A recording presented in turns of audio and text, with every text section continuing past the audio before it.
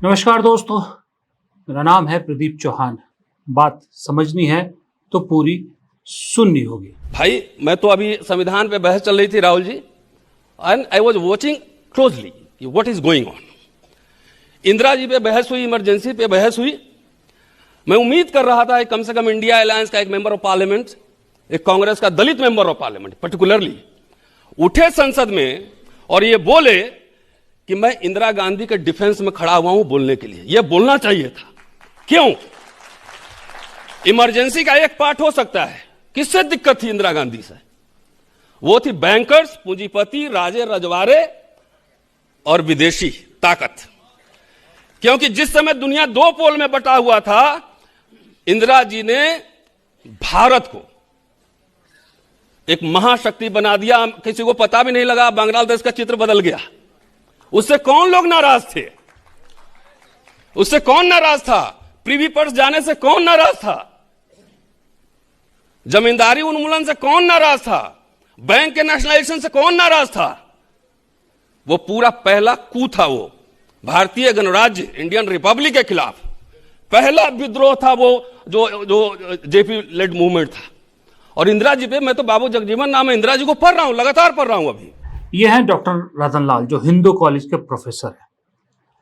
मैंने ये बात आपको इसलिए सुनाई कि मैं रतन लाल साहब की, डॉक्टर साहब की हर एक बात से पूरा इत्तेफाक रखता हूं। इत्तेफाक ये रखता हूं कि अब वक्त आ गया है कि कांग्रेस को इमरजेंसी के मुद्दे पर डिफेंसिव होने की जरूरत नहीं है। डिफेंसिव ना होकर बल्कि एग्रेसिवली फ्रंट फुट पे खेलने का वक्त आ चुका है। मैं आज के वीडियो में पहले ही एक क्लैरिफाई कर लेता हूं चीजें कि मैं यहां इमरजेंसी को डिफेंड नहीं कर रहा। जो इंदिरा गांधी ने 1975 में 1975 से 77 के बीच जो इमरजेंसी देश में लगाई थी, आपातकाल लगाया था, मैं उसको डिफेंड नहीं कर रहा। मैं मानता हूं कि वो काला अध्याय था इस देश के इतिहास में, और इंदिरा गांधी ने खुद भी माना है, ये राहुल गांधी ने भी माना है, गांधी परिवार के और सदस्यों ने भी माना है, कांग्रेस ने भी माना है, और सब ने इसके लिए माफी भी मांगी है। लेकिन जिस तरह से पिछले साल से इस मौजूदा सरकार ने 25 जून को संविधान हत्या दिवस के रूप में मनाने की जो एक कवायद शुरू की है, तो वो अपनी लिमिट क्रॉस कर चुकी है। तो अब मुझे लगता है कि अब इस देश की जनता के सामने सिक्के के दोनों पहलू का आना जरूरी है। एक पहलू जिसको लेकर प्रोपेगेंडा आज भी सरकार ने पूरे देश में किया कि किस तरह से लोकतंत्र की हत्या इंदिरा गांधी ने कर दी, ये कर दिया, वो कर दिया, सो कर दिया, सब कुछ कर दिया, संविधान की हत्या कर दी, ये कर दिया, वो कर दिया। और एक जो अब तक इमरजेंसी के बारे में हम स्कूल कॉलेज में पढ़ते हैं, एक वो पहलू है। सब ने उसका नेगेटिव पहलू देखा, मतलब एक पहलू देखा जो उसका असर हुआ। लेकिन वो इमरजेंसी के पीछे की सच्चाई क्या है और ये बीजेपी के प्रोपेगेंडा की सच्चाई क्या है, ये देश के सामने आना जरूरी है। इसलिए मुझे लगता है डॉक्टर रतन लाल की बात बिल्कुल सही थी कि कांग्रेस को इसमें ऑफेंसिव होने की जरूरत नहीं है। ऑफेंसिव तब हुई है जब इल्जाम लगाने वाला खुद पाक साफ हो।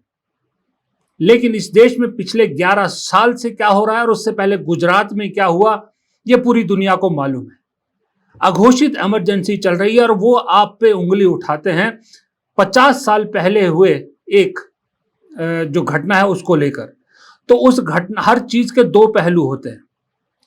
इमरजेंसी क्यों लगाई गई थी, यह सच आना भी जरूरी है लोगों के सामने। और अब कांग्रेस की ये ड्यूटी बनती है कि ये लोगों के सामने सच आए। मैं फिर कह रहा हूं, मैं इमरजेंसी को डिफेंड नहीं कर रहा। मैं ये नहीं कह रहा कि वो सही कदम था, गलत कदम था। लेकिन बहुत से कदमों के पीछे बहुत से कारण हुआ करते हैं। जो कारण इमरजेंसी के बताए जा रहे हैं, दरअसल वो गलत है। मैं ये कहने की कोशिश कर रहा हूं कि कांग्रेस को इस देश के सामने ये चीजें रखनी चाहिए कि इमरजेंसी क्यों लगी थी। वो सच नहीं है जो बताया जा रहा है, सच कुछ और है। जो बताया जा रहा है वो सच है या नहीं, ये कांग्रेस को उनके सामने रखना चाहिए। एग्जाम्पल के तौर पे, कुछ उदाहरण के तौर पे मैं आज मेरे दर्शकों के सामने रखना चाहता हूं। आप में से बहुत से दर्शक ऐसे हैं जो उस एज ग्रुप में हैं जिन्होंने वो इमरजेंसी देखी होगी। आप लोगों को सब सच मालूम होगा कि क्यों इमरजेंसी लगी थी और किन हालातों में लगी थी, और उस इमरजेंसी के दौरान हुआ क्या था? क्या वो हुआ था जो आज व्हाट्सएप यूनिवर्सिटी में पास किया जाता है, सबको एक दूसरे को शेयर किया जाता है, या सच्चाई कुछ और थी? अगर उस वक्त व्हाट्सएप यूनिवर्सिटी होती या उसके बाद भी व्हाट्सएप यूनिवर्सिटी आई होती तो शायद आज बीजेपी को इतना प्रोपेगेंडा करने का मौका ना मिलता। लेकिन बदकिस्मती कांग्रेस की कि उस वक्त ऐसा कोई टूल नहीं था कि सच लोगों तक पहुंचता, और इसलिए आज बीजेपी अपना झूठ लोगों तक पहुंचा रही है। सिलसिलेवार जरा बात करते हैं। आज सबसे पहले बीजेपी क्या इल्जाम लगाती है इंदिरा गांधी पर कि भाई क्यों इमरजेंसी लगाई। बीजेपी और गोदी मीडिया भक्तजन क्या कहते हैं? वो कहते हैं कि इंदिरा गांधी ने अपनी गद्दी बचाने के लिए इमरजेंसी लगाई थी। ये सबसे पहला कारण दिया जाता है ना, ये एक झूठ फैलाया जाता है कि इंदिरा गांधी ने अपनी गद्दी बचाने के लिए इमरजेंसी लगाई थी। तो चलिए सिलसिलेवार इसकी भी सच्चाई खोलते हैं। इमरजेंसी क्यों लगाई गई थी? इसके बहुत बड़े कारण थे।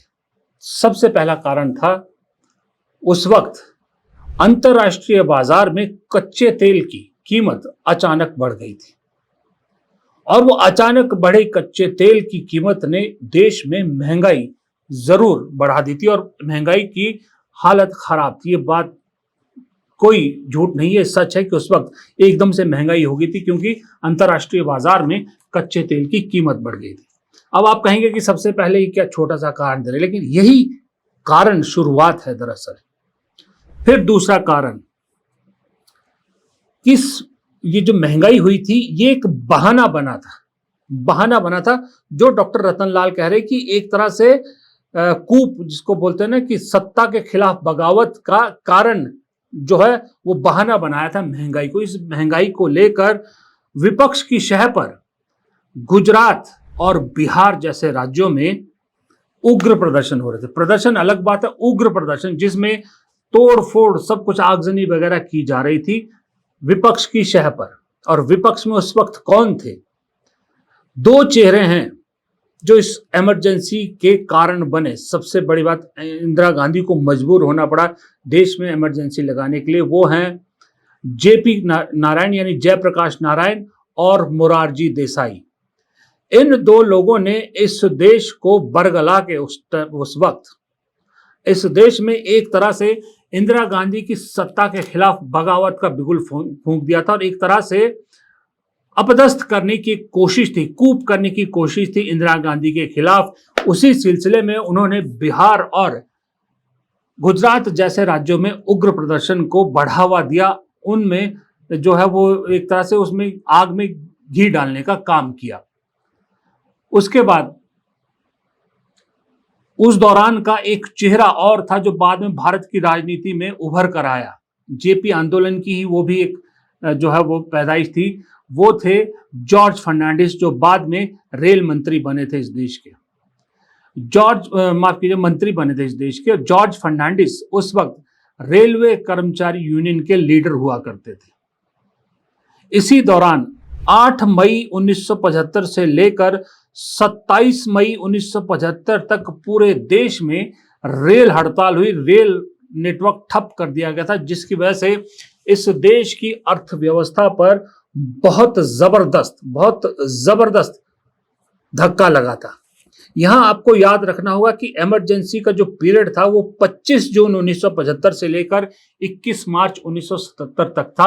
और ये 25 जून से पहले की जो घटना है, जो इमरजेंसी लगाने के लिए इंदिरा गांधी को क्यों मजबूर होना पड़ा, मैं आपको वो चीजें रख रहा हूं। तो 8 मई से 27 मई तक इस देश की रेल व्यवस्था को ठप कर दिया गया था। और इस देश की अर्थव्यवस्था आपको मालूम है रेलवे पर कितनी निर्भर है, अर्थव्यवस्था को कितना बड़ा झटका लगा था उससे। फिर 2 जनवरी 1975 को उस देश के जो उस वक्त रेल मंत्री थे ललित नारायण मिश्र, उनकी एक बम धमाके में समस्तीपुर में हत्या कर दी गई थी। तब के रेल मंत्री की हत्या कर दी गई थी। अब आप रेलवे हड़ताल को 8 मई से लेकर 27 मई 1974 की, माफ कीजिएगा मैंने पहले शायद 75 बोला था, 1974 की उस रेल हड़ताल से जोड़ के देखिए। फिर अपने एलन मिश्र की हत्या के बाद 15 फरवरी 1975 को जो हुआ वो एक इंदिरा गांधी के लिए आखिरी पॉइंट था कि अब इस देश को अगर बचाना है तो इमरजेंसी के अलावा कोई चारा उनके पास नहीं बचता था। ये एक ऐसा ट्रिगर पॉइंट था 15 फरवरी 1975 को। अब 15 फरवरी 1975 को हुआ क्या? 15 फरवरी 1975 को जेपी दिल्ली के रामलीला मैदान में एक रैली करते हैं और उस रैली में वो देश की सेना और देश की पुलिस से आह्वान करते हैं कि सरकार के आदेशों का पालन ना करें, यानी एक चुनी हुई सरकार के खिलाफ देश की सेना और पुलिस को भड़काने का आह्वान कर रहे थे। ये इंदिरा गांधी को उस वक्त लगा कि अब स्थिति आउट ऑफ कंट्रोल होती जा रही है, ये एक अलार्मिंग सिचुएशन आ गई है।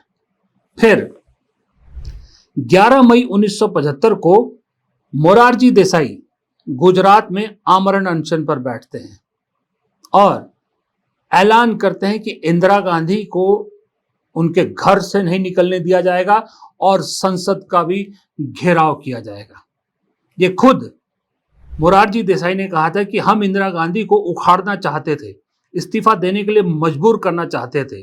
वो महिला हमारे आंदोलन को झेल नहीं सकेगी, हम हजारों की संख्या में उसके घर का घेराव करेंगे और उसे बाहर नहीं आने देंगे।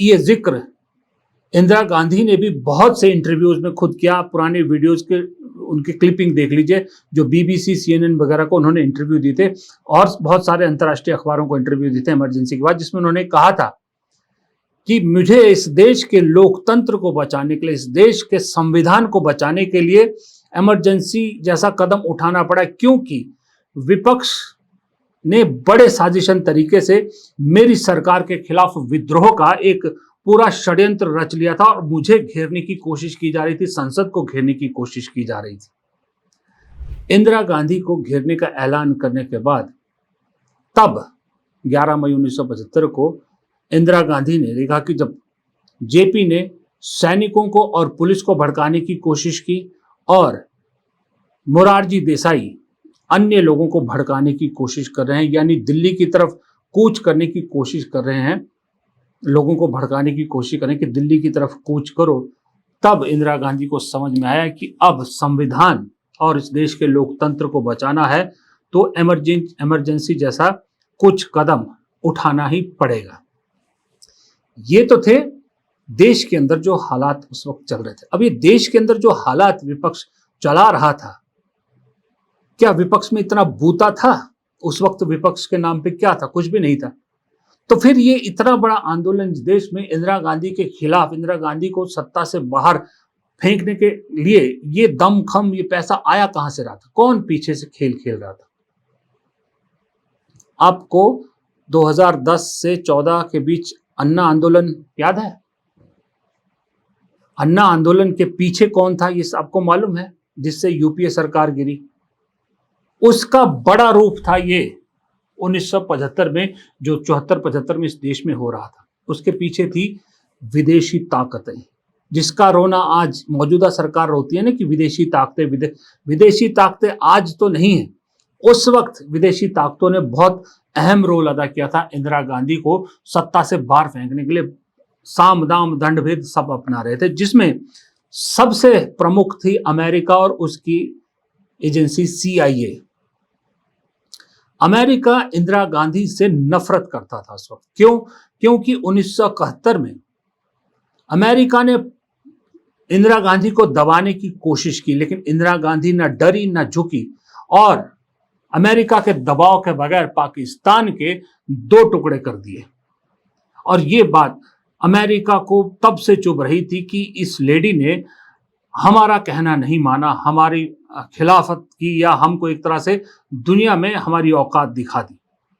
उसका बदला लेना चाहता था अमेरिका और इसमें CIA का इस्तेमाल करके भारत में इस तरह से आप कह सकते हो ना अनरेस्ट की स्थिति पैदा कर दी थी। उसके अलावा उस पर एक और जो काम किया अमेरिका के अलावा और पश्चिमी देश भी क्यों भारत से उस वक्त चिढ़ रहे थे, वो इसलिए क्योंकि 18 मई 1974 को भारत ने सफल परमाणु परीक्षण किया था और दुनिया को बता दिया था कि भारत की ताकत क्या है। भारत परमाणु हथियार लेस हो गया था, संपन्न देश हो गया था। ये बात पश्चिमी देशों को हजम नहीं हो रही थी कि भारत जैसा गरीब देश हमारी लीग में कैसे खड़े हो सकता है और हमसे आगे कैसे निकल सकता है। और अमेरिका को ऐसा ही मौका चाहिए था। उसने सभी जो भी भारत से चिढ़ने वाले देश थे उनको एकजुट किया और भारत में इस तरह से राजनीतिक उथल पुथल मचाने की साजिश रची। ये तो पॉलिटिकल और इंटरनेशनल कारण मैंने आपके सामने रखे भारतीय। अब वो एक जब बात की जाती है कि इंदिरा गांधी ने अपनी कुर्सी बचाने के लिए इमरजेंसी लगाई, तो जिक्र किया जाता है 12 जून 1975 के इलाहाबाद हाईकोर्ट के उस फैसले का जिसने 1971 के इंदिरा गांधी के चुनाव को रद्द घोषित कर दिया था। कहा था उसमें गड़बड़ियां हुई तो इस आधार पर रद्द कर दिया था। लेकिन क्योंकि बीजेपी को ये सूट करता है, प्रोपेगेंडा टीम को ये सूट करता है, ये चीजें लोगों के सामने रखती।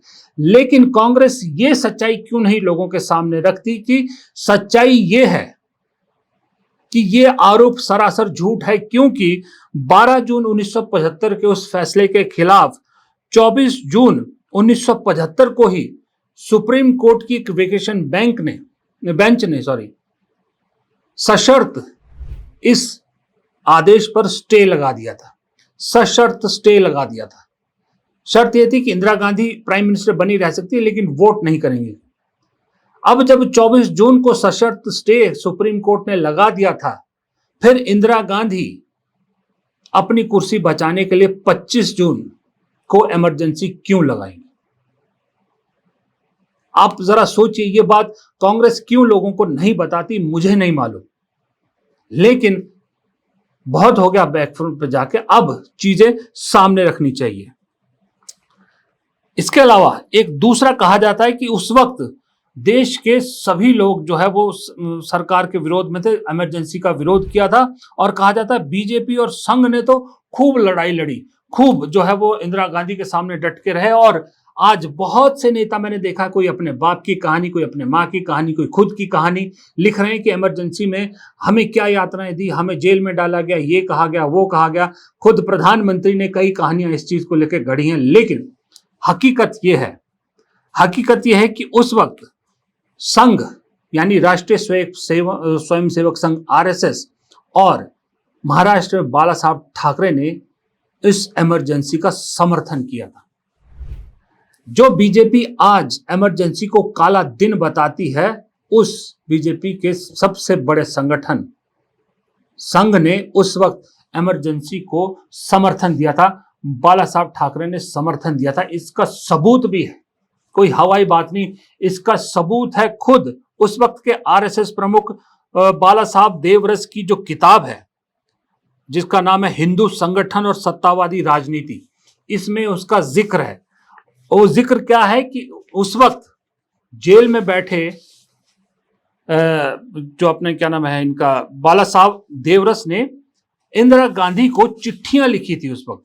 उन चिट्ठियों का जिक्र है बाकायदा, जिसमें उन्होंने लिखा, एक पहली चिट्ठी उन्होंने लिखी थी 22 अगस्त 1975 को जेल में बैठ के।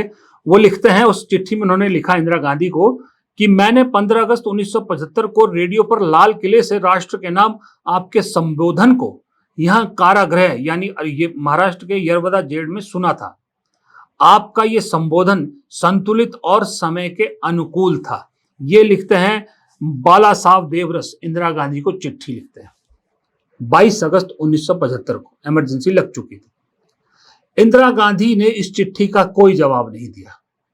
फिर उसके बाद 10 नवंबर 1975 को फिर देवरस एक और चिट्ठी लिखते हैं इंदिरा गांधी को, और जिसमें वो जिक्र करते हैं कि सुप्रीम कोर्ट के 5 न्यायाधीशों की पीठ ने आपके चुनाव को वैध घोषित कर दिया है। इसके लिए आपको हार्दिक बधाई। देवरस ने इस पत्र में यहां तक कहा कि सरकार ने अकारण ही राष्ट्रीय स्वयंसेवक संघ का नाम गुजरात के छात्र आंदोलन और जयप्रकाश नारायण के बिहार आंदोलन के साथ जोड़ दिया है, जबकि संघ का इन आंदोलनों से कोई लेना देना नहीं है, कोई संबंध नहीं है। जेपी आंदोलन बिहार में और मोरारजी देसाई गुजरात में आंदोलन चलाए हुए थे और बाला साहब जो उस वक्त के बाला साहब देवरस आरएसएस के मुखिया, वो सरेआम कह रहे हैं कि ना हमारा गुजरात के आंदोलन से कोई लेना देना संघ का, ना जयप्रकाश नारायण के बिहार आंदोलन से कोई लेना देना है। इसका भी जवाब इंदिरा गांधी ने नहीं दिया। दरअसल ये सब चिट्ठियां खुद, जैसा मैंने कहा कि देवरस की अब खुद की किताब हिंदू संगठन और सत्ताधारी राजनीति में दर्ज हैं, उन्होंने खुद छापी हैं, आपकी स्क्रीन पर हैं वो चिट्ठियां जो उन्होंने इंदिरा गांधी को लिखी थी। और दुआ और साथ में एक कोशिश थी, इंदिरा गांधी जब उनकी चिट्ठियों का जवाब नहीं दे रही थी, वो दरअसल संघ पर लगे बैन को हटाना चाहते थे। ये है कहानी, दरअसल सच्चाई कि बीजेपी और संघ कितना खिलाफ था उस वक्त इमरजेंसी के। फिर एक जो है वो कहा जाता है कि इंदिरा गांधी ने लोकतंत्र को समाप्त किया। अब मैंने आपके सामने सारी कहानी रख दी। इंदिरा गांधी के खुद के इंटरव्यूज में बहुत जगह ये जिक्र है कि उन्होंने दरअसल लोकतंत्र को बचाने के लिए ही ये इमरजेंसी लगाई थी, वरना अगर इंदिरा गांधी नहीं लगाती और उनका तख्ता पलट हो जाता तो पाकिस्तान और बांग्लादेश जैसे हालात भारत में होते। आज हम डेमोक्रेटिक कंट्री नहीं होते, हम लोकतांत्रिक देश नहीं होते, हम भी शायद पाकिस्तान या बांग्लादेश जैसे हालात होते उस वक्त इंदिरा गांधी ने अगर ये कदम नहीं उठाया होता। हाँ, एक चीज जरूर है कि इस दौरान बहुत प्रताड़नाएं हुई, बहुत यातनाएं भी दी गई, बहुत जुल्म भी हुए, इसमें कोई शक नहीं है। इसमें कोई शक नहीं कि इसमें बहुत सारी चीजें उस वक्त हुई, लेकिन उसको लेके इंदिरा गांधी ने खुद बाद में माफी भी मांगी थी।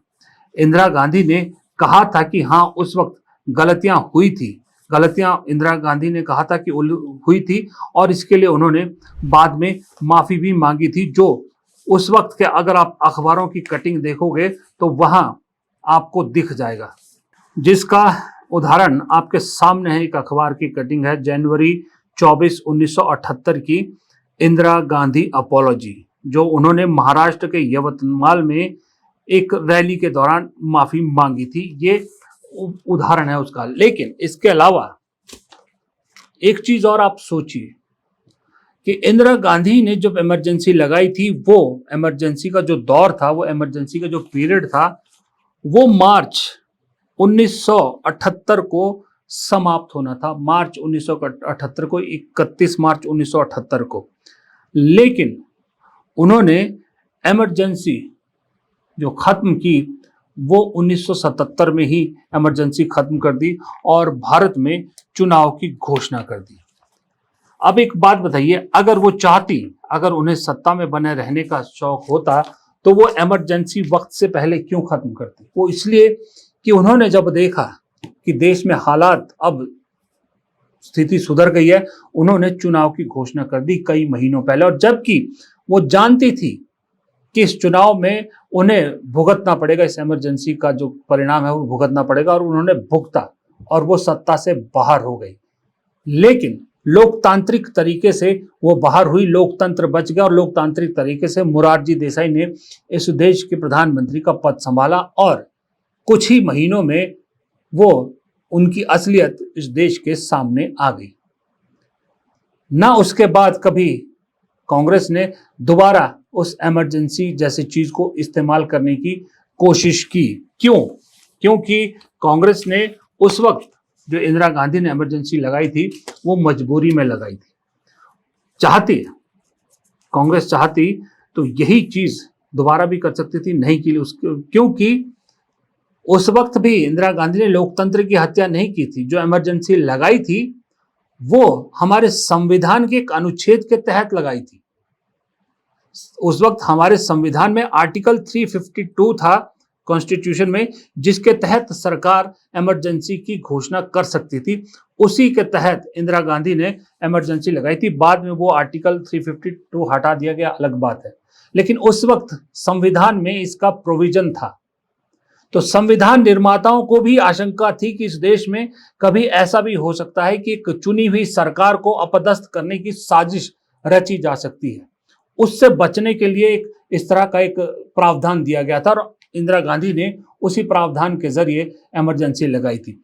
गलती ये हुई कि उस इमरजेंसी के दौरान जो यातनाएं, जो प्रताड़नाएं या जो एक तरह से दबाने की कोशिश की गई बहुत सारी चीजों को, वो गलत हो गई और कलंक वही बन गई।